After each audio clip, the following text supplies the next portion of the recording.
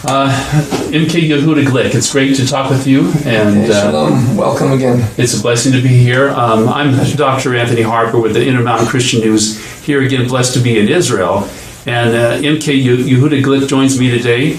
We're going to be talking about the latest UN actions in denying the historic tie of the Jews to the Temple Mount. Now, I had heard that UNESCO, maybe it was about in near October or whatever, there was a decision that the Jews had no right or historic tie to the Temple Mount, and that created some anger here in Israel, continuing UN effort to deny the Jews right, even to pray on the Temple Mount. So, since that UN action, what has been happening in Israel here about the Jews' right to be in prayer on the Temple Mount? Look, you have to understand that pretty much since 1948, with the resolution of the United Nations allowing the State of Israel to be established, ever since then, the United Nations have been almost again and again, without missing a chance to miss a chance. They've been attacking Israel, and they've been strongly anti-Israel, and it's definitely up because of political pressure. And the same thing, this decision by the UNESCO, the United Nations Education and Culture Office or Committee, pretty much was an answer to Palestinian propaganda and pressure.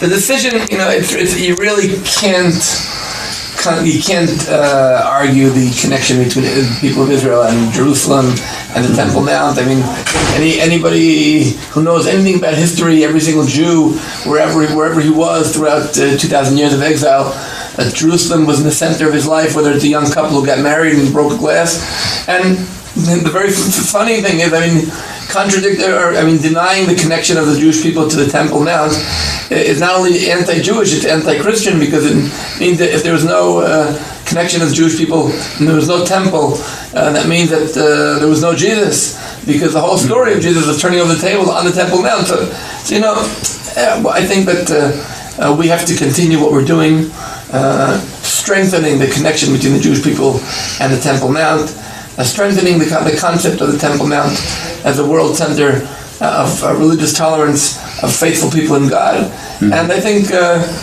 we should continue going. Well, as they say, the dogs can bark, and the wagons continue going, and that's what it should be, and that's what we're going to be continuing doing.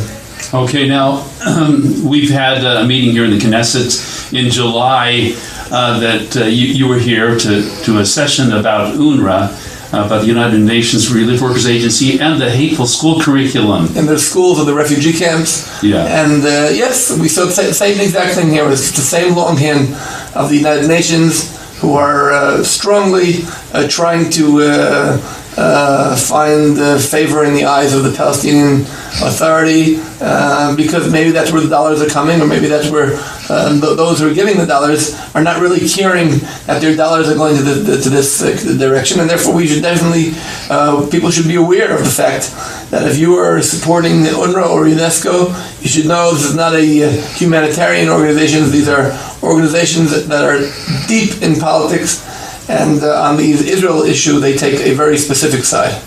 Now, I had mentioned earlier Senator Risch in Idaho. He's the chairman of the Senate Foreign Relations Committee that has control over the funds that go to the UN.